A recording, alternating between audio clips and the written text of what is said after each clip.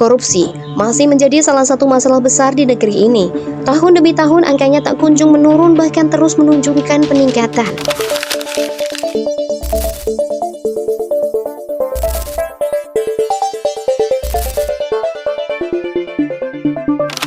Pusat Pelaporan dan Analisa Transaksi Keuangan atau PPATK mengungkap, laporan pada 2024 menunjukkan transaksi terkait tindak pidana korupsi mencapai 984 triliun rupiah. Berdasarkan data dari Indonesian Corruption Watch, sepanjang tahun 2013 hingga 2022, total kerugian negara akibat korupsi tercatat mencapai 238,14 triliun rupiah. Pada tahun 2004 yang lalu, Kejaksaan Tinggi Jawa Tengah sendiri menangani 73 kasus korupsi, didominasi oleh kasus yang melibatkan badan usaha milik negara atau BUMN. Meski berbagai kebijakan dibuat untuk memberantas korupsi, tetapi persoalan korupsi tak kunjung tuntas, bahkan seolah menjadi warisan pahit bangsa ini. Sejarawan Sri Margana dalam kumpulan tulisan Korupsi Mengorupsi Indonesia menyebut, mendorong praktek koruptif di Indonesia adalah sistem birokrasi patrimonialisme berbasis feodalisme yang dilakukan kerajaan-kerajaan di Nusantara beberapa abad lalu. Ada dua perilaku yang mencerminkan sikap korupsi. Pertama, adanya sistem upeti atau penyerahan wajib dari seseorang atau kelompok tertentu untuk dibagikan ke penguasa. Kedua, munculnya kebijakan dari penguasa yang mengalihkan kekuasaannya kepada orang-orang terdekat atau terpercaya untuk dapat melanjutkan kekuasaan atau nepotisme. Kasus korupsi pun kental pada masa kolonialisme.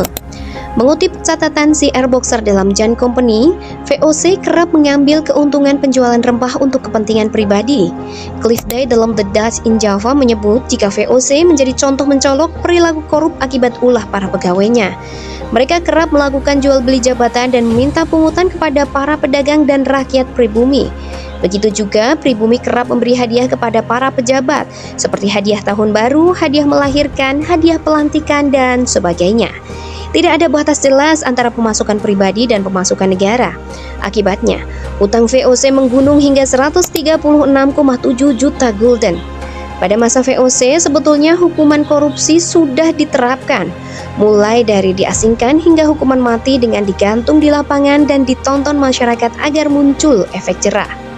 Namun, perusahaan dagang terbesar itu akhirnya bubar pada 31 Desember 1799.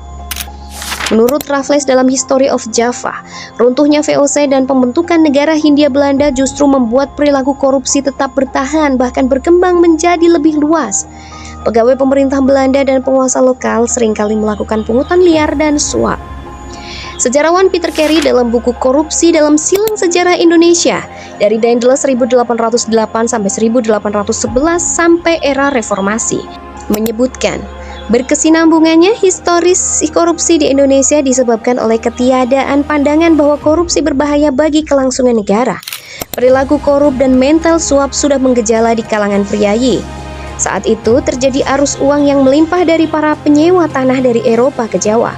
Banyak pejabat korup sebagaimana tulisan Bupati Karanganyar, Raden Adipati Djosodiningrat yang dikutip oleh Carey dan berbunyi, agar perkara selesai segalanya bergantung kehendak Raden Adipati Donorejo IV.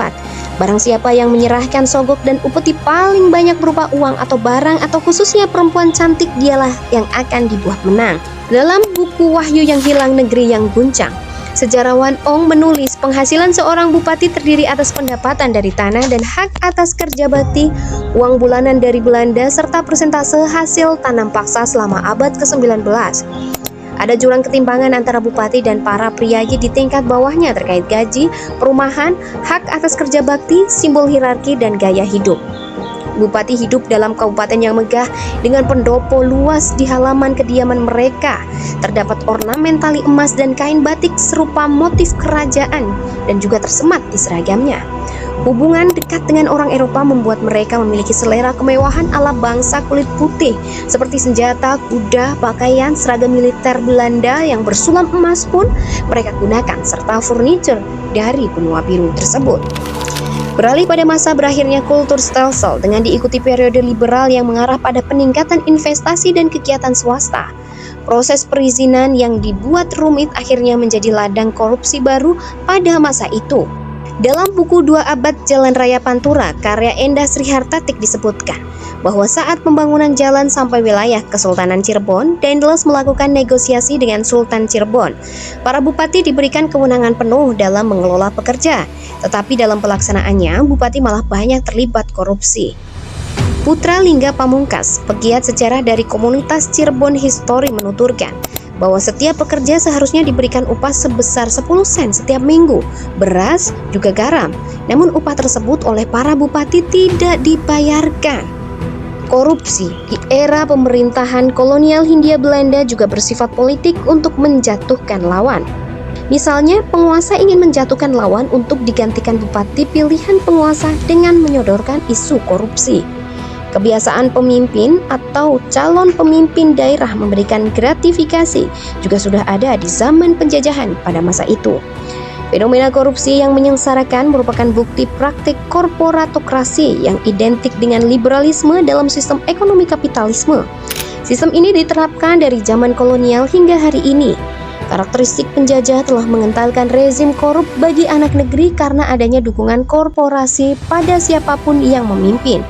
Kekuatan kapital telah menjadi faktor yang menentukan jabatan politik di negeri kita. Korporatokrasi telah membentuk lingkaran oligarki. Lebih dari itu, korporatokrasi atau corporate state cenderung membentuk negara kriminal yang ditandai oleh kejahatan kerah putih atau white collar crime. Ini adalah kejahatan terorganisir dalam bentuk sindikat atau mafia, serta kejahatan perusahaan negara yaitu BUMN sebagai sapi perah politik. Inilah realitas korupsi yang begitu masif dan terstruktur di negeri kita dari dulu hingga saat ini. Banyak pejabat yang jauh sekali dari profil sebagai pelayan umat melainkan pelayan korporasi. Untuk itu, solusi korupsi tidak cukup hanya dengan cita-cita, revolusi mental, kecaman, apalagi sekadar retorika. Penanggulangan korupsi secara tuntas haruslah diganti dengan sistem aturan yang bersifat menjerakan. Sistem tersebut adalah sistem Islam. Dalam Islam, harta korupsi adalah harta haram karena diperoleh melalui jalan yang tidak sesuai syariat atau ghairu al-masyru'. Seperti yang ditulis Syekh Abdul Qadim Zalum rahimahullah dalam kitab Al-Amwal fi Daulah Al-Khilafah. Allah Subhanahu wa taala berfirman, "Dan janganlah kamu makan harta di antara kamu dengan jalan yang batil. Dan janganlah kamu menyuap dengan harta itu kepada para hakim dengan maksud agar kamu dapat memakan sebagian harta orang lain itu dengan jalan dosa. Padahal kamu mengetahui." Terjemah Al-Quran Surat Al-Baqarah ayat 188. Syekh Abdurrahman Al-Maliki rahimahullah dalam An-Nizamu Al-Uqubat fi Al-Islam menjelaskan bahwa sistem sanksi dalam Islam mampu berfungsi sebagai zawajir atau pencegah dan jawabir sebagai penebus. Sanksi atau ukubat untuk koin atau para koruptor bukanlah hukum potong tangan sebagaimana bagi pencuri.